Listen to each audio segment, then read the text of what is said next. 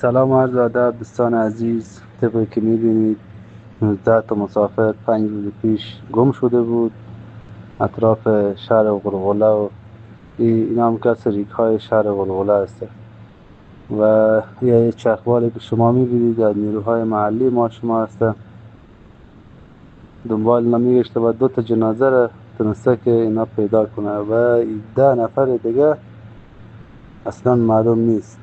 این پیام پخش کنید به تمام وطنداران ما که در هر گوشه افغانستان هست برسه از راه قاچاقی. نه ای برادر، ما به نور هستیم.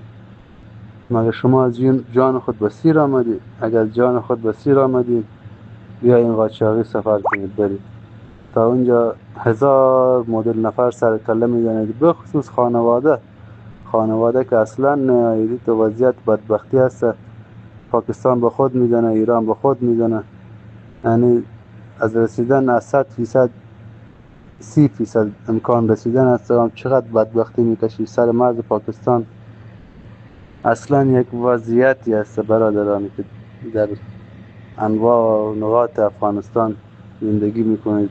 ما به ولایت نیمروز هستیم و میبینیم که چه رقم ظلم به سر مسافر روان است. شما تا پاکستان برید تا ایران برید یعنی خیلی بدبختی میکشید تا خود به مقصد برسونید. و هم اگر برسید شاید از 100% شاید 30% برسید. این تو زاخره و شاید 20% برسید. این پیام ما رو نشر کنید، تمام وطندارای ما ببینه و راه قاچاقی به هیچ عنوان انتخاب نکنید. جزاکم الله خیر. شب شما بخیر.